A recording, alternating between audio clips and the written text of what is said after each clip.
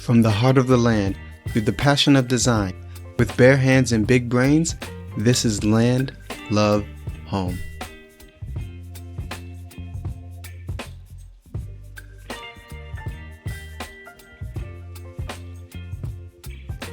Welcome to Land, Love, Home, everyone. I trust you all are using your bare hands and big brains to create a home for yourself or others. Today we dive into the world of interior design. It's a captivating blend of art, science, and technology. It's how we play with space, shapes, hues, textures, and light to elevate our daily living experiences. It goes beyond aesthetics. It's about reading human behavior to carve out spaces that function seamlessly within any structure. Interior designers work closely with contractors, architects, developers, as well as their clients for residential projects. Consider this. Much of our day-to-day life happens indoors. From waking up to studying, working, or unwinding, each setting contributes meaningfully to our journey. So let's get started with understanding the pillars of interior design. If you've ever stepped into a room and felt it was just right, you've experienced the magic of design principles in action. I'll first list out the pillars and briefly describe them, then go into further detail on each one in the following sections of this video. So make sure you stay to the end to hear all the details about each pillar. Here's the breakdown. Balance. It's about distributing visual weight harmoniously. It comes in three flavors: symmetrical or formal, like placing two chairs on either side of a table, each side mirrors the other; asymmetrical or informal, which is more free-form, like having a sofa on one side and two chairs on the opposite side; or radial. Picture a round table with chairs uniformly around it. Next, rhythm. Think of it as a visual beat. By repeating colors or shapes, your eyes dance around the space, like the recurring color from a pillow being reflected in art and then a rug. Harmony. When all pieces of the design puzzle sing the same tune, you get harmony. For instance, using a singular color palette, regardless of shape or texture variations. Emphasis. Every room has a star. It could be an architectural piece like a fireplace, or something you introduce such as a grand painting. Proportion and scale. It's the relationship between parts and the whole, and the size of one object to another. A massive couch in a tiny room? That's a scale mismatch. By mastering these principles, anyone can craft spaces where memories are made. Balance in interior design refers to the distribution of visual weight within a space. Just as balance is vital for physical stability, in design, it gives a sense of equilibrium, harmony, and order, making the space feel more comfortable and aesthetically pleasing. When elements are balanced, no part of the space feels too heavy or overwhelming compared to another, and the viewer's eye moves smoothly around the room. There are several ways to achieve balance in interior design. Number 1, symmetrical or formal balance. This is the most straightforward type of balance to recognize. Here, objects are mirrored on either side of a central axis. Think of a room where there's a central fireplace, and on either side there are identical chairs and side tables. This form of balance is often associated with formality, tradition, and calm. Number 2, asymmetrical or informal balance. This type of balance is more relaxed and dynamic. Different objects have the same perceived visual weight, though they aren't identical. For instance, you might have a large painting on one side of a room balanced by a tall bookcase on the other side. Though the two elements are different in shape and function, they balance each other out in terms of visual attention. Number 3, radial balance. In radial balance, elements radiate from a central point in a circular fashion. A classic example is a round dining table with evenly spaced chairs around it. The repeated chairs create a sense of balance around the table's central point. Number 4, vertical and horizontal balance. Vertical balance takes into account the top and bottom halves of a room, ensuring they feel grounded. Horizontal balance, on the other hand, deals with balancing the left and right sides of a space. Number 5, color and texture. Balancing isn't just about furniture or decor placement. The use of color, patterns and texture can also impact the sense of balance. A dark colored piece of furniture might be balanced by a similarly dark rug on the opposite side of the room, or a busy pattern might be balanced by a larger expanse of a neutral tone. Number 6. Scale and proportion. This deals with the relationship of items to each other and the space as a whole. For instance, a large piece of furniture might be balanced by several smaller ones, or a tall lamp on one side of a sofa might be balanced by a tall plant on the other side. When balance is achieved effectively, rooms feel neither too cluttered nor too sparse. They evoke a feeling of stability and harmony, making them inviting and pleasant to be in. On the other hand, an imbalanced room might feel uncomfortable or unsettling, even if it's challenging to pinpoint exactly why. Next, let's talk about rhythm in more detail. Rhythm in interior design is akin to rhythm in music. Just as rhythm in music involves patterns of sound and silence, movement and pauses, rhythm in interior design refers to visual patterns that guide our eyes from one point to another, creating a harmonious flow in the space. Essentially, it provides an organized movement, leading the viewer's eye in a predictable manner, giving a sense of balance and continuity to interiors. Rhythm can be achieved and understood through various methods. 1.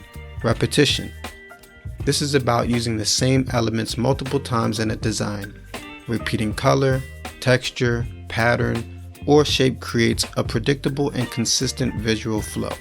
For instance, using matching cushions, artworks, or furniture pieces throughout a space. Number 2. Progression. Progression involves elements that are arranged in a sequence of size or color. For instance, placing a series of candles or vases that transition from large to small, or colors that move from dark to light. Number 3. Transition. This creates a smooth flow by leading the eye gently from one area to another. Curved lines, archways, or a winding path in a garden are good examples. It's more of an uninterrupted, continuous movement. Number 4. Contrast. By putting two elements in stark opposition to each other, you draw attention to both. Think of pairing a modern, sleek couch with a rustic, wooden coffee table, or using contrasting colors like black and white. Number 5. Radiation. This involves having elements radiate from a central point. A round dining table, a chandelier, or a radial sunburst mirror are examples where items or lines radiate outward, leading the eye towards the periphery from the center. Implementing rhythm in design is crucial as it ensures there is a cohesive flow, guiding the viewer's eye throughout the space in a manner that is both organized and engaging. It provides a structure to the design while allowing for variety and interest. Without rhythm, spaces can feel disjointed and confusing, making it hard for the viewer to understand the design narrative or feel comfortable within the space. I keep repeating harmony. What exactly is that when it comes to interior design? Harmony in interior design refers to the cohesive blending of elements to create a pleasing and unified whole. We'll discuss the core elements of interior design on an upcoming video, so make sure you click like, subscribe, and set notifications so you'll know when it comes out. Back to harmony. Harmony ensures that all parts of a design relate to and complement each other, resulting in spaces that feel thoughtfully designed and comfortable to be in. Here are some examples of how harmony can be achieved. Number 1. Color harmony. Using a monochromatic color palette where varying shades, tints, or tones of a single color are utilized throughout a space creates a harmonious feeling. For example, using various shades of blue, from navy to sky blue, in upholstery, wall paint, and accessories. Number 2. Material harmony. Choosing to use similar or complementary materials throughout a space can evoke a harmonious feeling. For instance, using natural materials like wood, stone, and leather together in a living room setting. Number 3. Style harmony. Sticking to a single design style, such as mid-century modern or coastal, ensures that all furniture pieces decorative items, and architectural features share a unified aesthetic. Number 4. Repetitive elements. Repeating certain elements like patterns, shapes, or textures throughout a space can create a harmonious design. An example would be using the same geometric pattern in curtains, throw pillows, and area rugs. Number 5. Proportional harmony. Ensuring that the size and scale of pieces relate well to one another. This means avoiding combinations like a large, oversized sofa paired with a tiny coffee table. Number 6. Harmony through contrast. Sometimes, harmony can be achieved through well thought out contrast.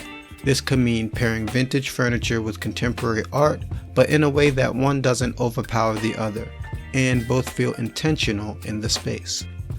Number 7. Thematic harmony. This can be achieved by designing a room around a specific theme, such as nautical, travel, or bohemian, ensuring every element aligns with that chosen theme. Number 8. Harmony through balance. Creating symmetrical arrangements or designs where elements mirror each other on either side of a central axis. This could be achieved by placing matching end tables and lamps on either side of a bed or sofa. Number 9. Rhythmic harmony. Much like in music, rhythm in a room can produce a harmonious effect. This can be achieved by the consistent use of shapes, colors, or patterns at intervals, creating a visual rhythm that guides the eye smoothly through the space. Number 10. Connection to nature. Incorporating biophilic design where nature and natural elements are seamlessly integrated into interiors can create a harmonious environment. This could mean using lots of indoor plants, maximizing natural light, or incorporating water features. We'll dive deeper into biophilic design on a future video. Remember, harmony doesn't mean everything has to match exactly. Instead, it's about ensuring a cohesive, connected feel where every element feels like a part of a thoughtfully crafted whole.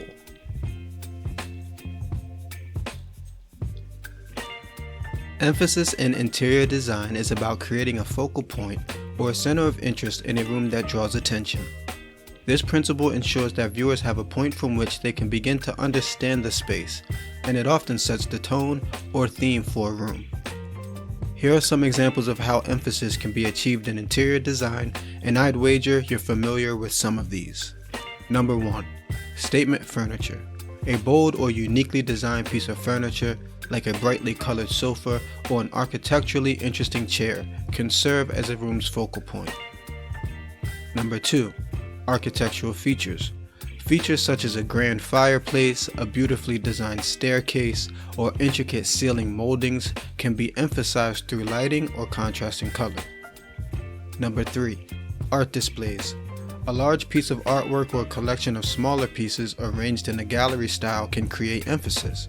This can also include sculptures or installations. Number 4. Accent walls. Using a different paint color, wallpaper, or texture on one wall can draw attention and make it to the room's centerpiece. Number 5. Lighting. A dramatic chandelier or a beautifully designed lamp can serve as a focal point. Alternatively, directional lighting can be used to highlight certain areas or features of a room. Number 6. Textural contrast. In a room where most of the materials are smooth, introducing a contrasting texture like a shaggy rug or a velvet sofa can draw attention. Number 7. Pattern and color. In a neutral room, a bold pattern or color can serve as the focal point, whether it's in the form of curtains, a rug, or upholstered furniture. Number 8. Unique decor. Items like a grand mirror, an oversized clock, or an intriguing piece of decor can be the emphasized element in a design. Number 9. Built-ins and bookcases. A well-designed built-in, especially if it's filled with a curated collection of books or objects, can be a room's main attraction.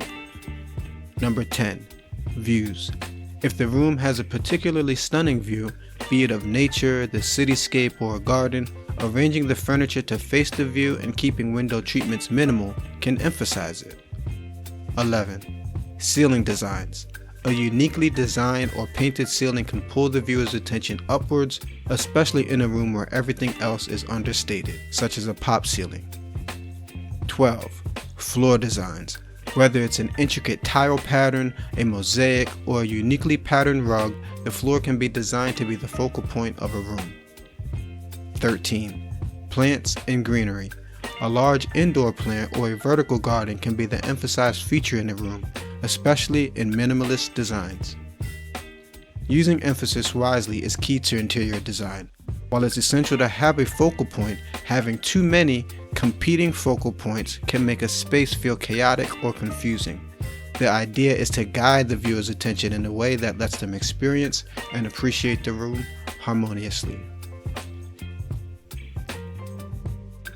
While a room can have multiple points of interest, it's typically best to have one primary point of emphasis or focal point to anchor the design.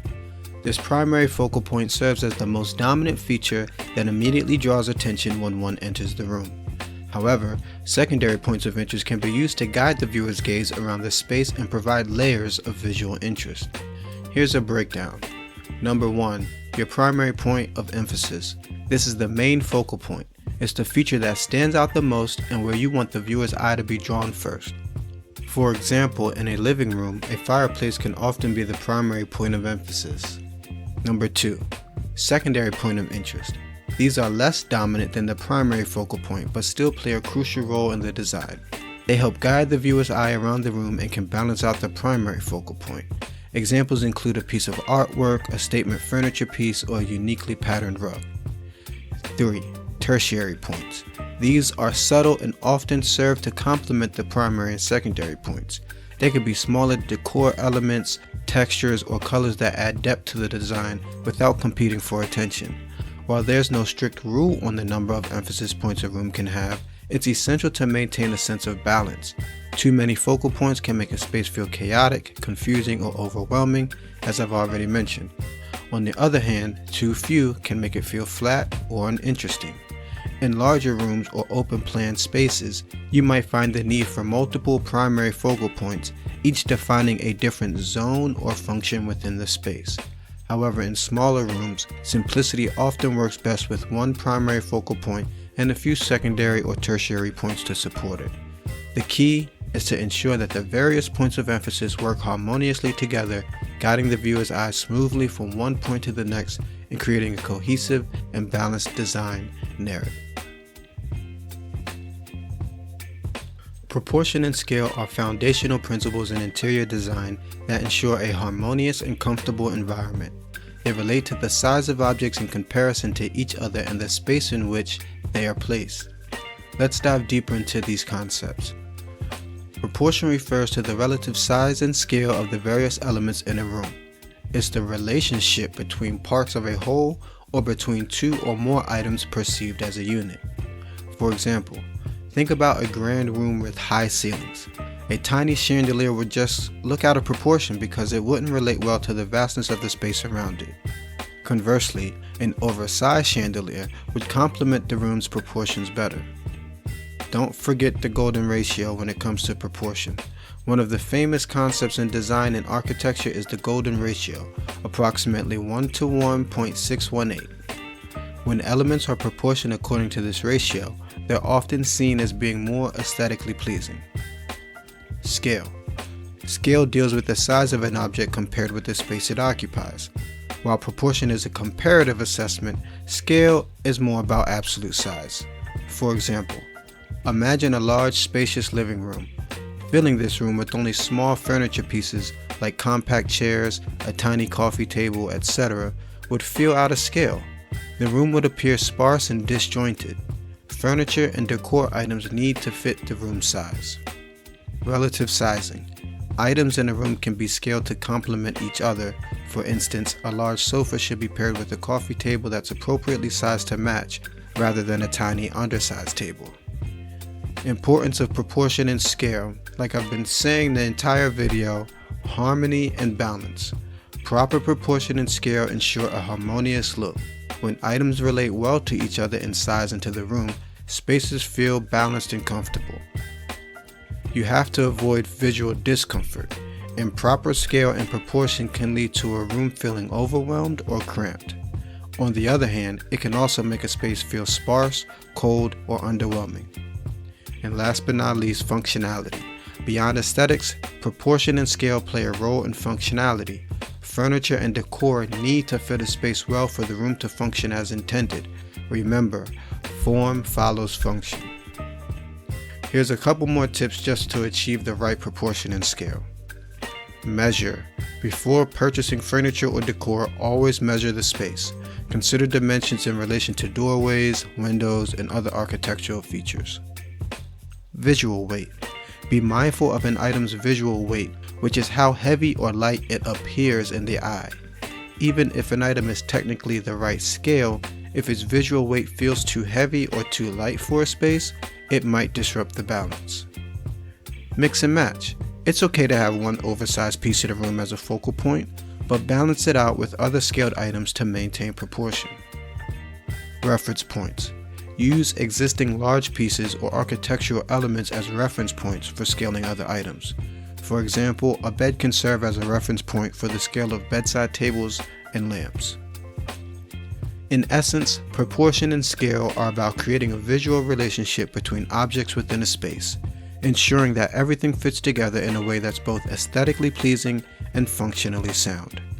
Remember, form follows function, so make sure your measurements are correct when laying out a room's plan. Thanks for joining us on this design journey today. If you found value in this video, please give it a thumbs up and consider subscribing for more insightful design tips and transformations. Don't forget to click the bell icon to stay updated on our latest releases. And if you have any questions or topics you'd like us to cover in future videos, leave a comment down below. Remember, your space is a reflection of you, so design it well. Until next time, stay inspired. Every plot, every brushstroke, every brick. It's more than just a space. It's a feeling. Thanks for being part of our journey today.